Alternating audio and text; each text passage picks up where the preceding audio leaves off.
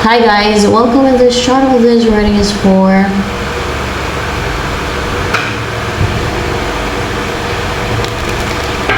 collective, energy of collective around this time. Cold and emotional, pero you're not in a hermit mode. Recover ka na from isolation, from introspection, from being aloof.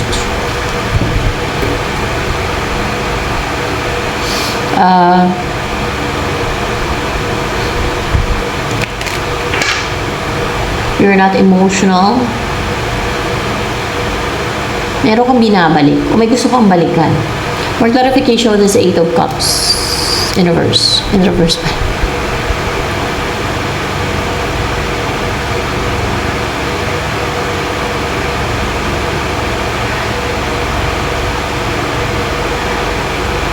May gusto kang balikan.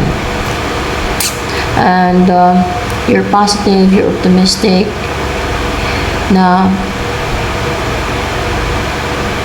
may gusto kang balikan. Gusto mo siya makita. May gusto kang makita. May gusto kang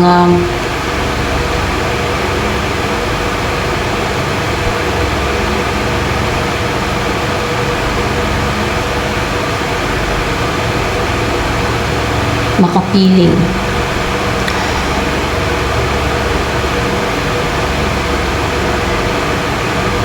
And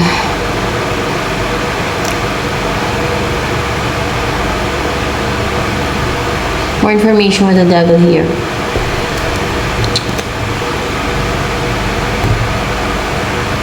Nagka-clouded yun sa isipan mo.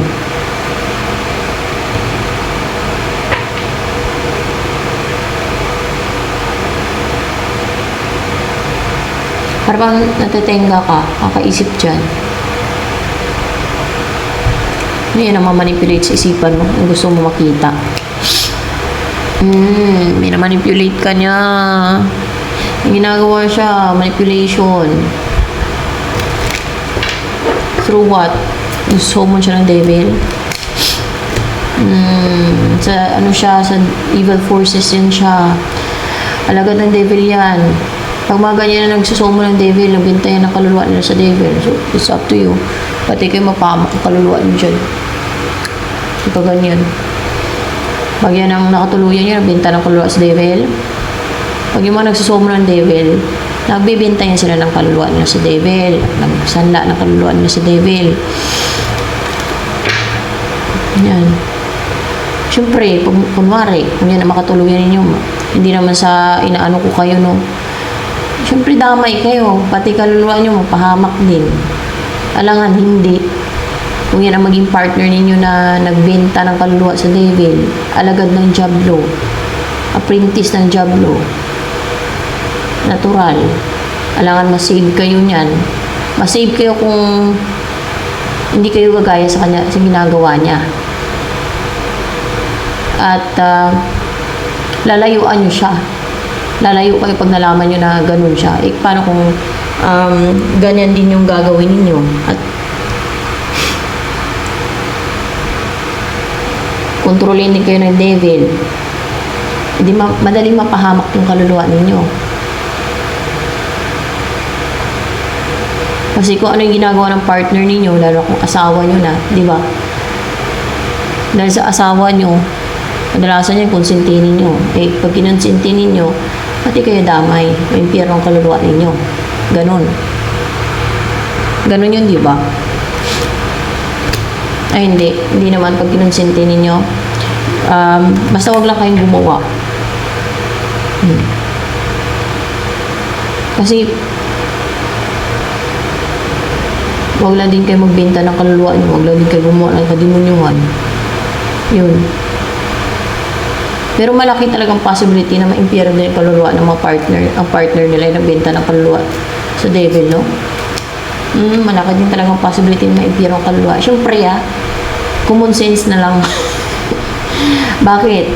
Eh, siyempre, yung partner mo, kasama mo sa araw-araw, nabinta ng kaluluwa sa devil.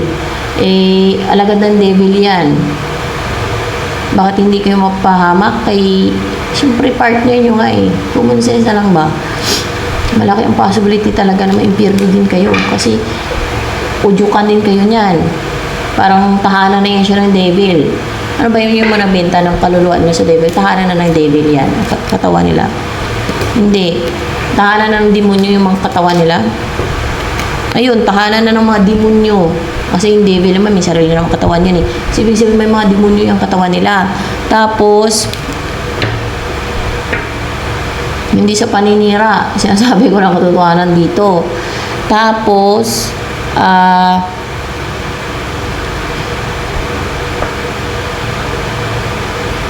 impluwensyahan kayo niyan.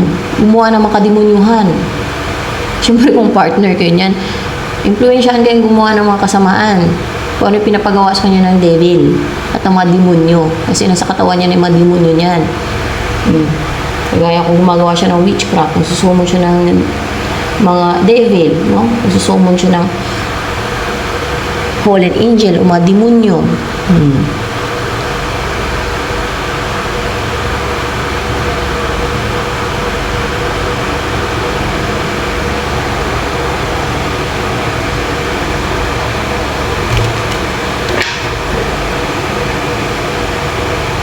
Actually, pag nagsusumon sila ng devil, may mga kadalasan yan, yung mga nasisent nila dun sa sinusumunan nila, mga fallen angels sa mabababa ang ranks, hindi talaga yung devil. Kumbaga, kasi nabenta sila ng kaluluwa nila sa devil, o nagsanla sila ng kaluluwa nila sa devil, mag-send yung devil niya ng mga lower ranking na angels, or kaya mga demons, para yun ang kanilang mautusan o kaya yun ang mag-grant ng kanilang mga kahilingan. Ganun yun ang kikilos na para ibigay sa kanila ang mga wishes nila. And syempre ang kapalit ng kaluluwa nila. Pag nagbenta ng kaluluwa yung isang tao o nagsanla ng kaluluwa niya sa devil, hindi na yan siya masisave, guys. Kahit ano pang gawin nila, kahit mag-time link pa sila, kasi binigyan naman ng God ng free will ang tao, no? Kaso lang, pinili na i-barter ang kaluluwa nila, no? Na ibinta ang kanilang kaluluwa. Choice nila yon, hindi choice ng iba yon. Dahil sa greediness nila, gusto nilang mangangkin ng hindi sa kanila. Gusto nilang i-destroy yung mga kaininggitan nila, o di ba? Gusto nilang power and fame. O, choice nila yon, it's their choice in life.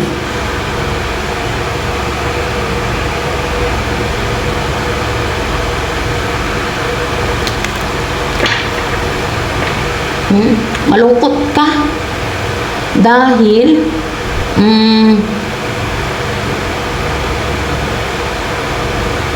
yun ang gusto mo, yung tao na yun, parang yun ang hinanap-hanap mo, yun ang hinahangad mo, yun ang hinanais mo na mag-offer sa'yo ng love offer, or gusto mong makasama. Kung mayroon mo diyang mga available dyan sa paligid mo, o kaya kung mayroon ka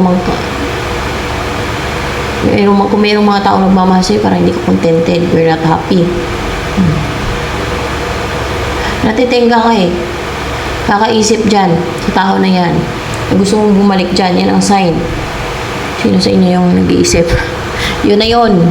Yan o, nagsumo ng devil yan sa'yo. Yan. Nagsumon siya ng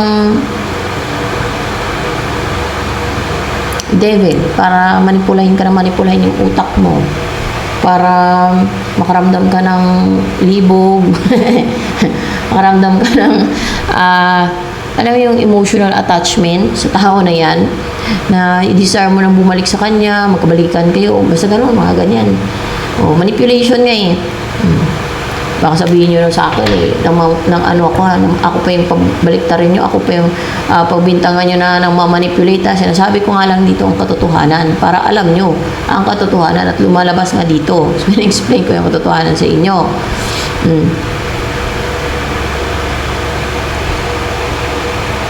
Hindi siya tinatanggalan ko ng pag-asa na maligtas ang kaluluwa ng mga nagbinta at nagsanla ng kaluluwa nila. Sinasabi ko lang ang katotohanan dito na hindi talaga maliligtas ang kanilang kaluluwa. Dahil sila mismo ang nagpahamak ng kaluluwa nila. Alam naman nila yung ibig sabihin ng binta, sanla, di ba? Sila mismo nagbinta ng kaluluwa nila. Sila mismo nagsanla ng kaluluwa nila. Pinagpalit nila yung kaluluwa nila. Sino sisihin nila? Oh. Ang tao nang binigyan ng ano yan eh, free will ng God eh. Dahil mas matimbang sa kanila yung fame, money, yung mga kung ano yung mga gusto nila, makamundong bagay. Oh, yan ang pahamak sa kaluluwa nila. Sila mismo. Oh. Ano magawa natin? Bininta nila ang kaluluwa nila. Alam naman nila yung ibig sabihin ng binta at sanla. Oh. Alam nga sabihin ko, masave pa sila. Tulungan sila ng Jesus Christ. Sila mismo nabinta ng kaluluwa nila. Alam nga tulungan pa sila ng ganyan. Bininta nila yung kaluluwa nila at nagsasanla nila yung kaluluwa nila. Dahil lang sa greediness nila o inggit, gusto nilang maging ano ba yun? Mahiniling nila sa devil. O kung sino yung papinsalain nila, sumunan nila ng devil. O.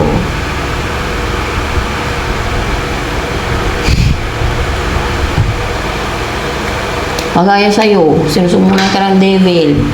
Kahit hindi mo naman will eh, tingnan mo, minamanipulate yung utak mo. Kahit hindi mo gusto, tinanggalan ka ng free will. yung will niyang masusunod daw. Ay nabenta siya ng kaluluwa sa devil. Oh my gosh. Oh my gosh. Tanong natin, kasi kadalasan ng mga nagbenta ng kaluluwa, mga sikat eh. Sikat ba tong nagsumon sa'yo ng devil? Sikat yan? Uy, sikat nga siya. O, diba? Kasi pinapasikat yan sila ng devil. Kasi umiling yan sila sa devil din na pasikatin sila, gawin silang sikat. O, hindi lahat ng sikat ay nagbinta ng kaluluwa sa devil, ha? Baka maya isipin nyo, lahat na lang sikat, nagbinta na ng kaluluwa sa devil. Hindi, yung iba talagang nagsikap din naman para sumikat, diba? Meron sa kadalasan yan, mga sa Hollywood yan, doon, yan. Mga, iwan ko lang, dito sa Pilipinas. Madami din ba yung nagbenta ng mga sikat dito sa Pilipinas ang kaluluwa nila sa devil? Hindi. Sa Hollywood yan, mga marami doon. Pero meron mga sikat dito sa Pilipinas na nagbenta ng kaluluwa nila sa devil. Meron. Pero hindi madami. At least may utak ng mga Pinoy, no? Wise, clever. Hindi kagaya ng sa Hollywood. So, espera. Yun for granted ang kaluluwa eh. Hindi nila alam kung ano yung parusa dun sa impyerno eh. Hindi nila alam dun eh. Wala pa eh. Pag nandun na yan, sa impyerno, sisi na yan sila. Akala nila, wais sila.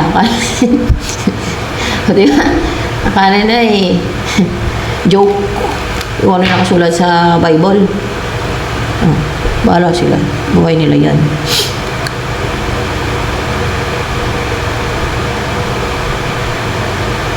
Sikat daw ito.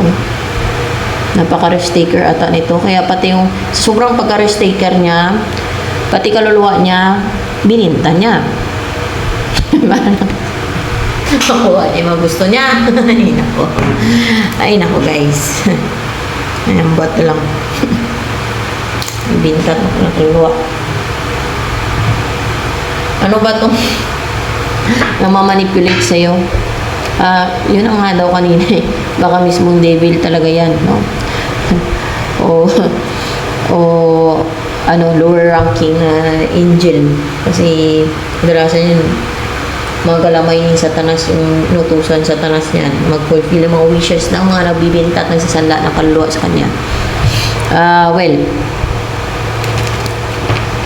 Ano yung iniisip mo ngayon habang minamanipulate yung isipan mo? Tingnan natin, ha?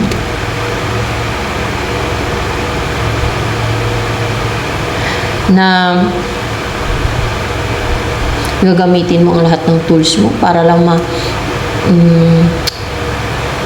makabalik dyan sa person na yan na nag-summon sa yung devil? Ay, hindi. Nagagamitin mo ang lahat ng tools mo. Baka yun o kasi the magician. Gagamitin mo ang lahat ng tools mo.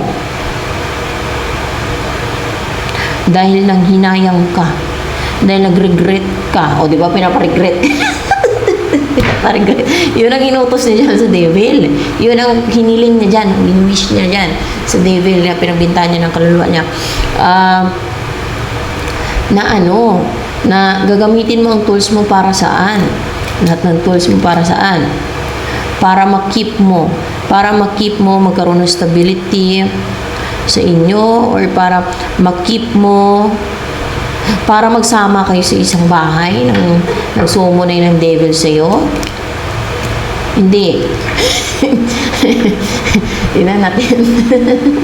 Chismosa. Hindi ako chismosa, guys. Inquisitive lang. Hindi ako mahilig makapag-chismis. Sabihin mo makapag-chismis sa mga kapitbahay, sa ibang tao. Hindi, dito lang ako sa bahay, kaya hindi ako chismosa. Dito lang talaga napaka-inquisitive mo lang sa mga ganito, no? Curious lang ba?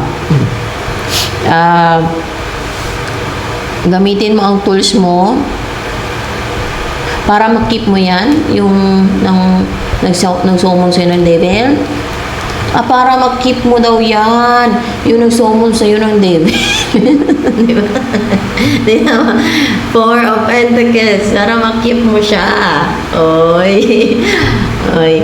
Ayan, gagamitin mo lahat ng tools mo para ma-keep mo siya. Yung nag-summon sa'yo ng devil. Oh my gosh.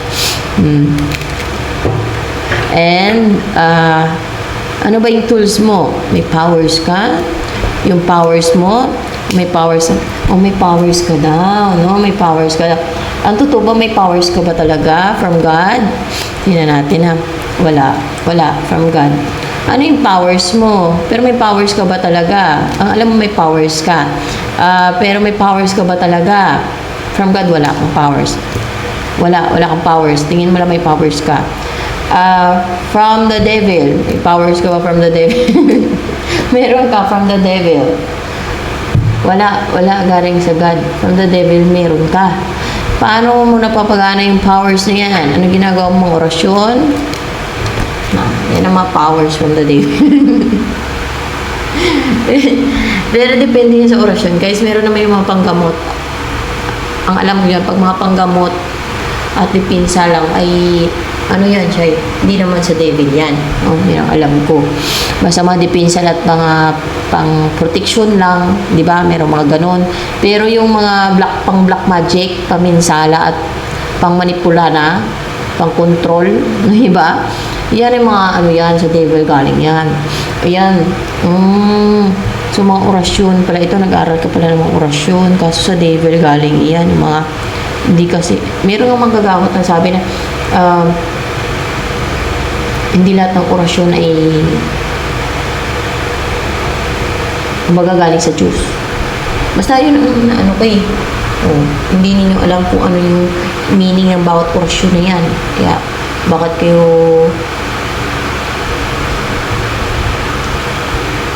yung susundin?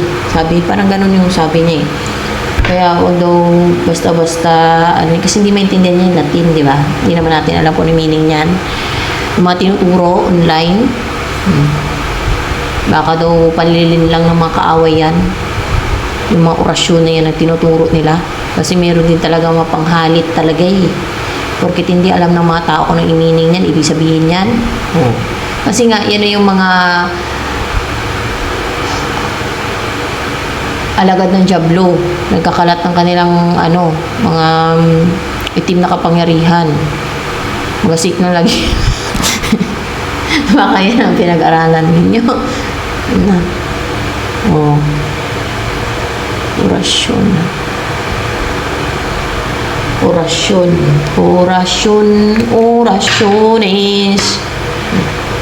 Mga orasyon. Gagamitin mo lahat ng orasyon mo. Para makip yan. Para kang dalawa. Magsama na kayong dalawa. So, ano pa yung next na mangyari para makip mo siya. Pareho kayong dalawa. Akala mo powers na sa devil. Sa devil pala galing. Na. Yan talaga ang sandala ng mga tao, no? Ibala sana kung protection lang ba? Protection. Sino hindi yan masama pag protection lang. Yan ang alam ko eh. For protection lang. Defense, protection. Yun ang alam ko dyan. Kaya pala the magician eh.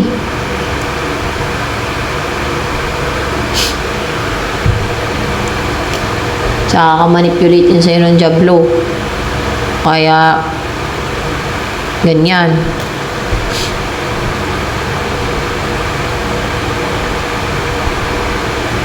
So, let's see. Anong mangyari sa inyong dalawa niyan? Kaya gusto mo din makip eh, no? Tingnan natin, magkatuluyan kayong dalawa. Ano mangyari sa inyong dalawa niyan? Nitong person mo na to na nagsumon sa'yo ng fallen angel o ng Diablo, karoon na yung beginning. Karoon doon na yung beginning. Talagang ma-attract dyan sa kanya. Kaso lang, hindi mangyari ang wini-wish nung nagsumon sa'yo ng Diablo. Hindi. Wish mo atay. Wish mo, hindi daw mangyari ang wish mo na mapangasawa siya. Ay, bakit? Bakit naman? Paro lang naman kayo eh. Kasi, hindi kayo maging close. Hindi kayo maging close. Bakit? Ba't hindi kayo maging close? Sayang naman. Ang effort ninyong dalawa. Teka. Kasi hindi magkakaroon ng balance sa inyo.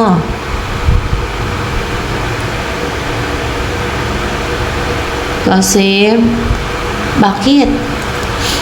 Ay, gusto mo din naman to eh. Pero lang din naman kayo, buti kung sa Diyos kay, wag, sabihin ko. Masasag ka ng Diyos kasi mapakamakapalo mo. Kaso, gumagawa ko din may kapangyarihan yung galing sa Diablo. Pero kung ayaw mo niyan, kapangyarihan galing sa Diablo, mga orasyon, ay tigilan mo. Mga ano yun, pang-control, yung alam mo orasyon na yan, mga black magic yan.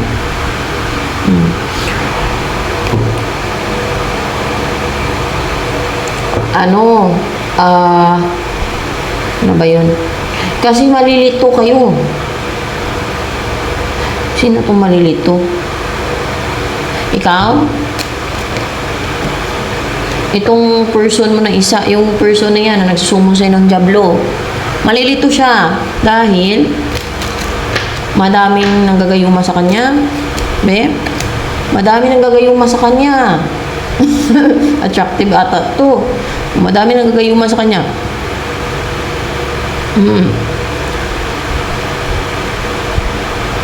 Madaming nagsusumon sa kanya ng Diablo din. Kita nyo. Madaming nagsusumon din ng Diablo sa kanya. So, malilito siya. No? Kung sino mag gusto niya talaga, baka iwepiliin niya.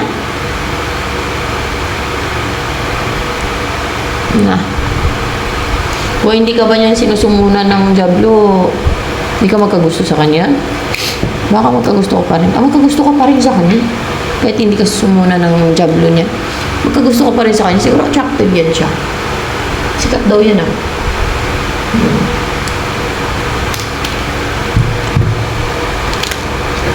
Kaso lang, pagka ganyan, kaluluwa, wala na. Sikat na dito sa mundo. Mayaman. Sikat. Di ba pag sikat ka, mayaman ka din. No? Automatic, mayaman ka. Kasi madali ka lang kumita ng pera pag sikat ka eh.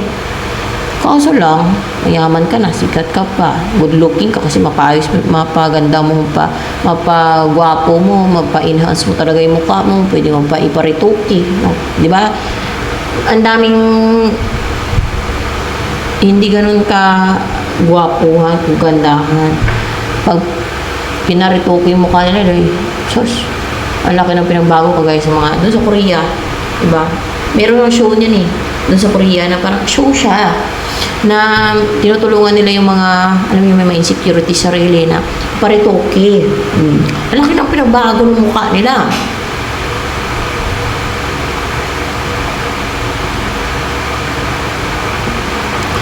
Yan.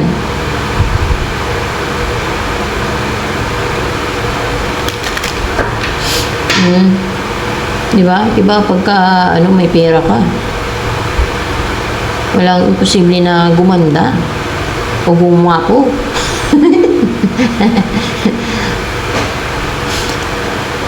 Hay, nako guys. Kaso lang, sa bilang buhay, wala din. Sayang din yung yung ganda mo, sikat mo, pagkasikat mo, pagkagwapo mo. Yung ang kaluluwa mo may impyerno. Di mapakinabangan doon. Puro na apoy doon. Kapag ganda ka pa kayo doon. Sa impyerno, makapagwapo ko pa doon. Yun ang sinasabi na doon na magsisisi ang mga nagbibinta ng kaluluwa, ang mga nagsasanda ng kaluluwa sa Diablo.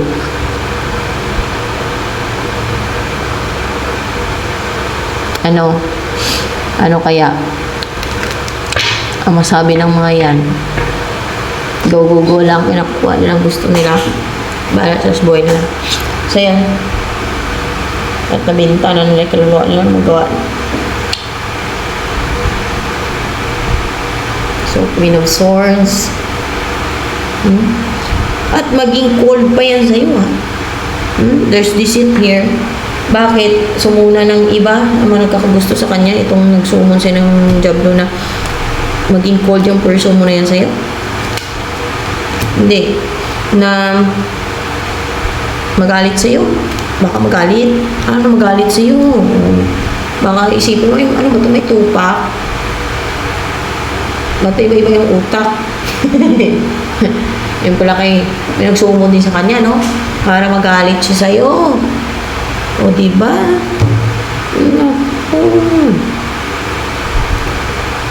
Dahil, pag-awain kayo niyan.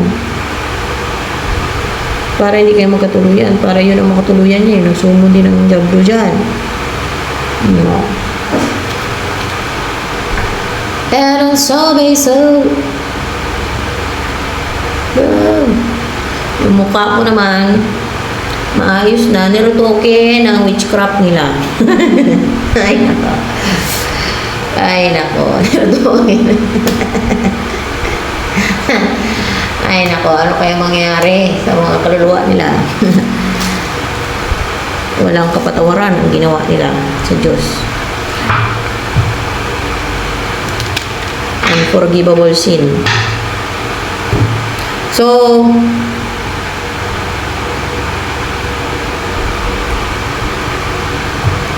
ano ang next na mangyari? May effort. And then,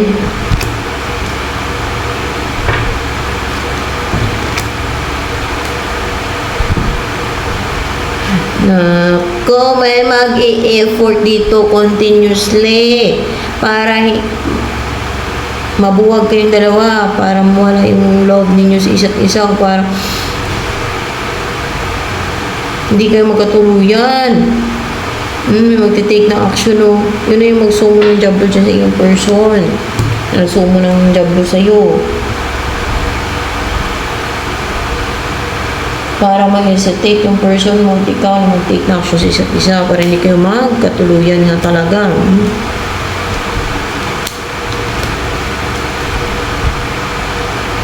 Strong ito. Ito magsumon dyan sa kanya ng fallen angel. Para hindi kayo magkatuluyan, para hindi mo pangasawa yan. Kakaiba mga reading nyo. So, yun ang magawa ko kasi. Kung magawa ko dito, yan ang kinuha ng energy ng God. So, yan. Sa God kasi napapatay ko. So, yan. Ito na lamang for collective, guys.